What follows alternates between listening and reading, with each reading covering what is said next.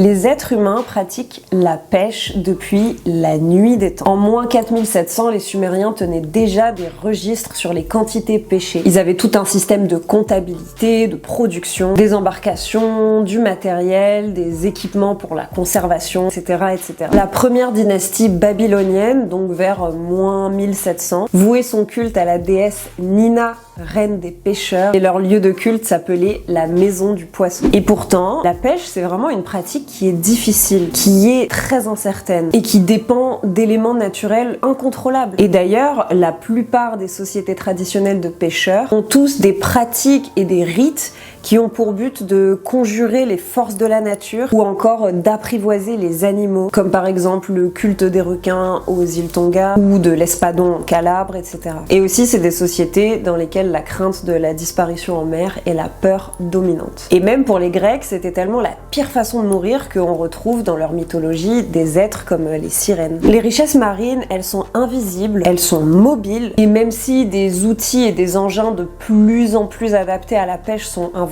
les méthodes de capture de poissons ou d'animaux marins restent limitées. Et puis aussi, la mer, c'est une ressource commune. C'est pas un territoire qui appartient à quelqu'un. La mer, elle ne peut pas réellement faire l'objet d'une appropriation. Certains systèmes économiques, particulièrement le système capitaliste, a tendance à jauger la valeur de quelque chose, la rentabilité de quelque chose, en fait, sur les volumes de production qu'on peut créer. Or, à la pêche, il n'y a absolument aucun rapport entre le temps de travail effectué par les marins pêcheurs et les quantités qui vont être pêchées. C'est donc une pratique qui potentiellement n'est pas du tout rentable et qui, pour autant, est totalement insérée dans ces systèmes capitalistes. Comme quoi, la pêche est une pratique humaine universelle, mais aussi fascinante, qui veut dire plein de choses sur nous et qui est aussi pleine de paradoxes.